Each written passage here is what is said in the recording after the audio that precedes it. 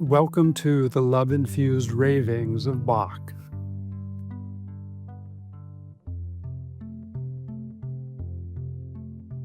A gift.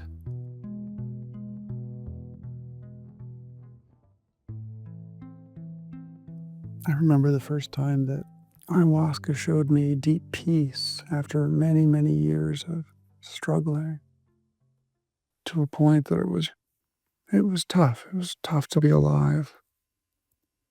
And at some point early on in this experience with ayahuasca, my mind just went silent. It went from what seemed like insanity, which had been going on for many, many years, to complete silence, complete stillness. And I was allowed 30 minutes where my mind stayed silent. And I experienced peace I didn't even know existed anymore. I wouldn't even had a framework for it anymore. It's just some totally obtuse concept, and all of a sudden I was at peace. Everything was still. The storm was gone.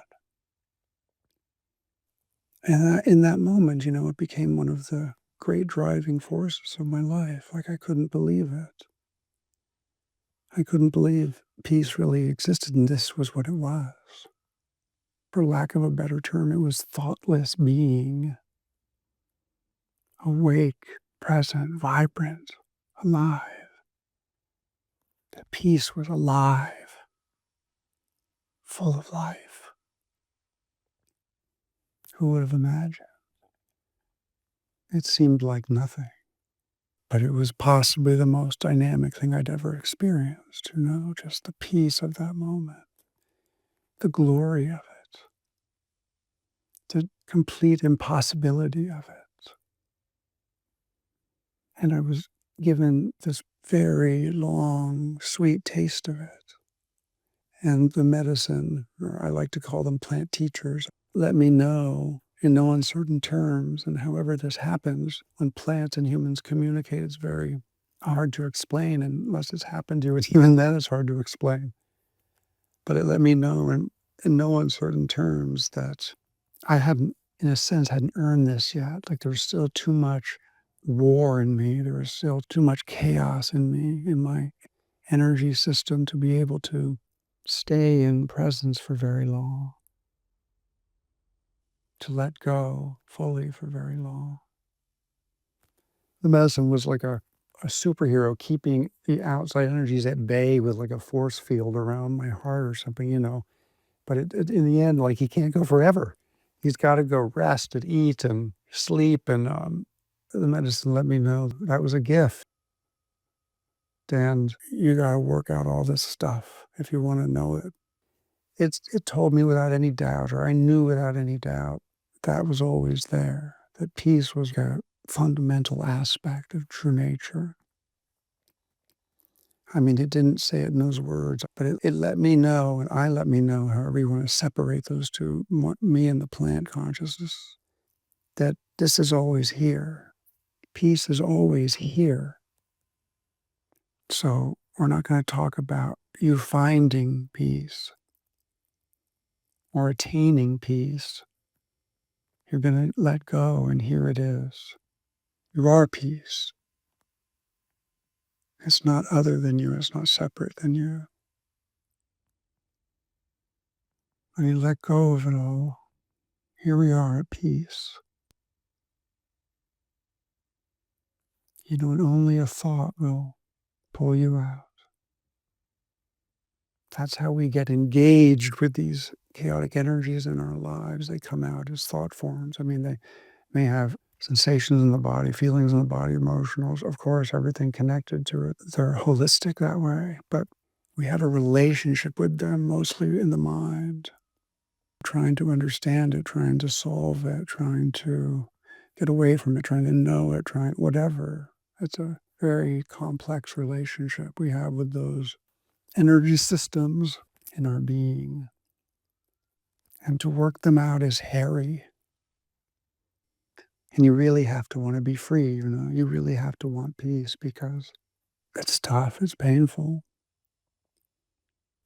You know, if you really want to deal with your shit, it's painful. So you have to really want to be free, you know? That has to be a stronger drive than the fear of the pain, but not like that's a constant. It can vacillate, of course. It's amazing how many people function well. I mean, I guess it's a very relative term. I understand that everyone is much more stressed out than they probably are admitting to themselves. That's just part of being mind locked, like landlocked, but mind locked, you know?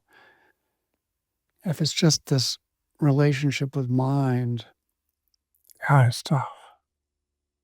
I feel like I was given a real gift with that immersion as peace, you know, to know myself as peace so deeply. And sometimes you get on the spiritual path for a reason you don't even know. And then some experience happens and it starts to give you more confidence and excitement and trust. It's like put yourself in position to have experiences, do some retreats. I don't know what to recommend for people, but just do something that you're quiet with yourself. You're forced to come face to face with yourself. But we just don't want to, you know, and God, it's understandable, you know, it's so understandable. You're opening a big fucking can of worms, obviously. It's something you've avoided for however long. And again, not in a negative way, it just wasn't time. And it may not be time now. And you may step in and then step out because it's too hot. Doesn't matter. You know, there's no timeline. Everyone's doing it right without even the concept of right and wrong. But it makes us happier to say that everything that's going on in our lives is right. That would be an incredible story to have if you had to have a story. And we can come up with 1,000 reasons why that's not true. Right? Those are the stories. When I say that, everything in our lives is right. And immediately your mind made me make a list. You could probably tick off 5 or 6 things really quick. Problems in your life. Incredible, dense, layered, complex, holistic, energetic systems. Each one. And then, you know, you think, gosh, do I want to deal with that? It's understandable. People say no. We all say no. It doesn't, there's no scorecard, you know. But I just found I didn't have a choice. People do what they do.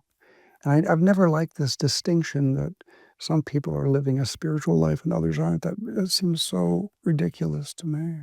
That would suggest somehow that we understand, like what, you know, like there's some system and we're at this level and they're at that level or something, you know? I have no idea how any of this happens. So just from that level of nowness, right? There's just the level of being present, being now. I mean, how can we judge anyone? They didn't mean to do bad, you know, however that looks.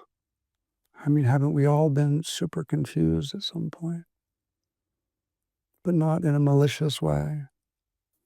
I mean, obviously, there's some people in the world who are in extreme pain, who can be cruel without it killing them, you know? There's no question there's levels of decency, you know, on that level of humanity. But can we forgive it all, you know? Can we forgive it all? Can't you sort of understand how we got here? Can't you sort of understand why people do what they do? Can't you find that part of you that you could imagine doing almost anything given the right conditioning, right? Or in the right circumstances and the right levers and pushes and you know what I mean? Just whatever your life circumstances are, you can see how it could lead to all of these people, to everyone, right? To all personalities. And can we just forgive that? in our hearts, I don't know at the level of justice what has to happen in the 3D world to have something change course. But can we forgive? Can we forgive everybody for what they've done? Can we, Christ, can we forgive ourselves for what we've done? Can we really just forgive ourselves for everything we've done to ourselves and to others? Everything. Not because we're giving ourselves a break, because we see it in a truer light now. We couldn't have done anything else. We would have if we could have. At some point it was innocence, At one point it was innocence that took a wrong road. But its nature is still the same. That core nature is still the same. That's the beauty, right? That's the beauty. We're all instantly redeemable. We don't have to be at war with ourselves anymore. Imagine that.